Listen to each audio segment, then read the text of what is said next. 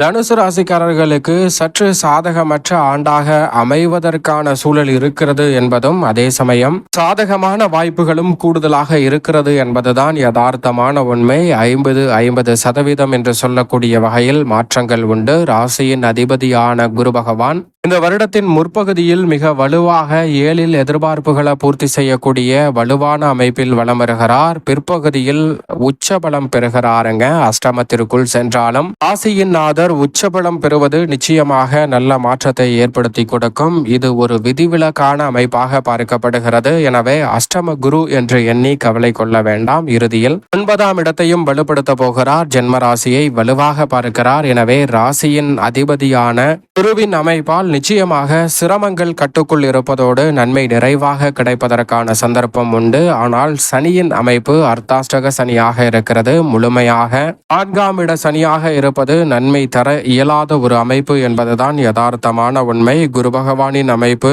சாதகமாகவும் சாதகமற்ற சூழலை உருவாக்கினாலும் கூட முழுமையாகவே சனி பகவானின் அமைப்பு சாதகமற்ற சூழலை மட்டும்தான் உருவாக்குகிறது என்பதுதான் யதார்த்தமான உண்மை. எனவே இந்த வேளையில் அதிக கவனத்துடனும் விழிப்புணர்வுடனும் தனுசு ராசிக்காரர்கள் நிச்சயமாக செயல்பட்டாக வேண்டும் என்பதுதான் யதார்த்தமான உண்மை. சனியின் அமைப்பு 4ல் இருப்பதால் தவறான தொடர்புகள் ஏற்படலாம். எனவே தவறான தொடர்புகள் அதிகரிக்கக்கூடிய இந்த சூழலில் அதிக கவனத்துடனும் விழிப்புணர்வுடனும் இருந்தால் பல சிக்கல்களில் மாட்டிக்கொள்ளாமல் தெளிந்த முறையில் வளர்ச்சி காணக்கூடிய நல்ல சந்தர்ப்பம் தனுசு ராசிக்காரர்களாகிய உங்களுக்கு கிடைக்கும் என்பதுதான் யதார்த்தமான உண்மை. மற்ற கிரகங்களான செவ்வாய், சுக்கிரன், புதன், சூரியன், சந்திரன் என இந்த கிரகநிலைகள் அனைத்து இடங்களிலும் மாறி மாறி வலம் வருவதால் நன்மை தீமை கலந்த ஒரு அமைப்பாக தான் பார்க்கப்படுகிறது. கவனத்துடன் இருப்பது நல்லது. ஆனால் அதே வேளையில் இந்த கிரகநிலைகள் மாறி மாறி வலம் வந்தாலும் கூட நன்மையை நிறைவாக கொடுக்கும். சனி ராகுவின் அமைப்பு சிறப்பான மாற்றத்தை பெற்று தருகிறது. சனி சாதகமற்ற நிலையில் இருக்கும் போது ராகு 3லும் கேது 9லும் இருப்பது நன்மை நிறைவாக உண்டு. வருடத்தின் இறுதியில் சாதகமற்ற அமைப்பில் நுழைகின்றன.